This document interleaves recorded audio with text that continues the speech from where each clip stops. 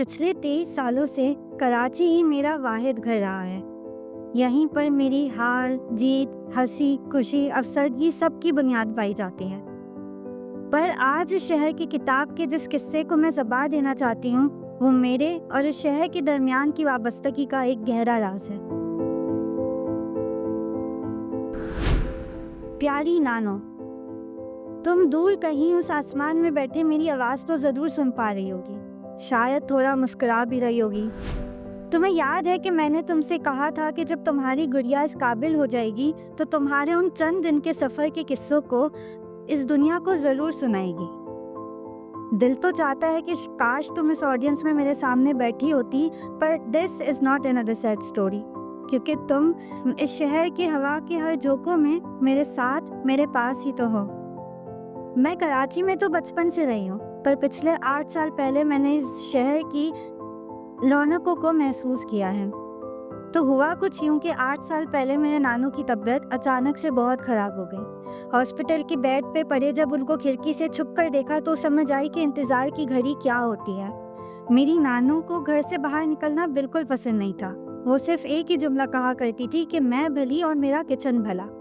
लेकिन उस वक्त उनके दिल में कुछ अजब सी तमन्ना जागी। मेरी नानो, जिनको बाहर का खाना खाना बिल्कुल पसंद नहीं था, आज उनको सुबह सुबह डेरा पर नाश्ता करने जाना था। मैं भी बहुत इंट्रोवर्ट थी, घर से बाहर तो मैं भी नहीं निकला करती थी, लेकिन नानो को कैसे मना किया जा सकता था। मुझे याद है वो दिसंबर का महीना था। मेरी नानो बहुत खुश थी। अपनी प्लेट से आखिरी निवाला लेते वक्त उन्होंने मुझसे बड़े कैजुअल अंदाज में कहा कि बेटा, तुम अंधेरों से कभी घबराना नहीं, मेरी तरह अपनी जिंदगी के मुश्किल लम्हों को कमरे में छुप कर रो कर मत गुजारना। उस वक्त तो मुझे ये बात कुछ समझ ना आई, पर अब जब कभी खुद को तन्हा, अफसरदा महसूस करती हूँ तो खिड़की पे खड़े उस आसमान की तरफ देखती हूँ और उन कुछ चंद लम्हों में सब कुछ ठीक लगने लग जाता है। मैं कभी उस वक्त मेरे उम्र के तमाम लोगों ने सी व्यू जाके सनसेट जरूर देखा होगा, पर मैं उस वक्त तक कभी नहीं गई थी।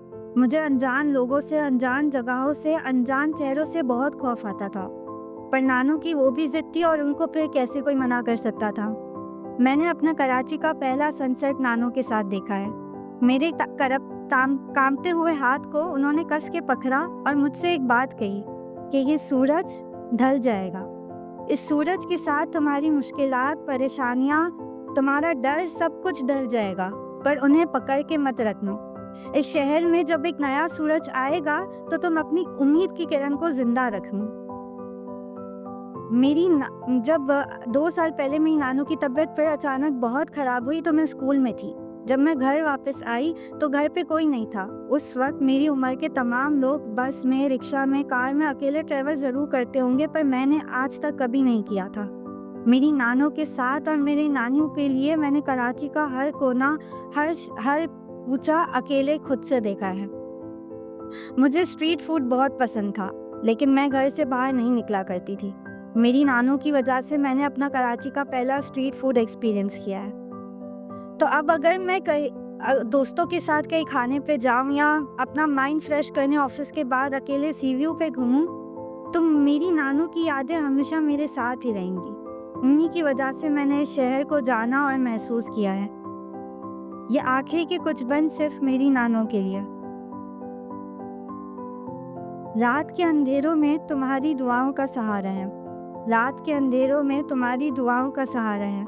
तुम्हारे साथ मैंने देखा इस शहर का हर एक नज़ारा है। मेरी कराची की कहानी में बसी तुम्हारी ही यादें हैं। मेरी कराची की कहानी में बसी तुम्हारी ही यादें हैं। इस शहर का और तुम्हारा नाता शायद बहुत पुराना है।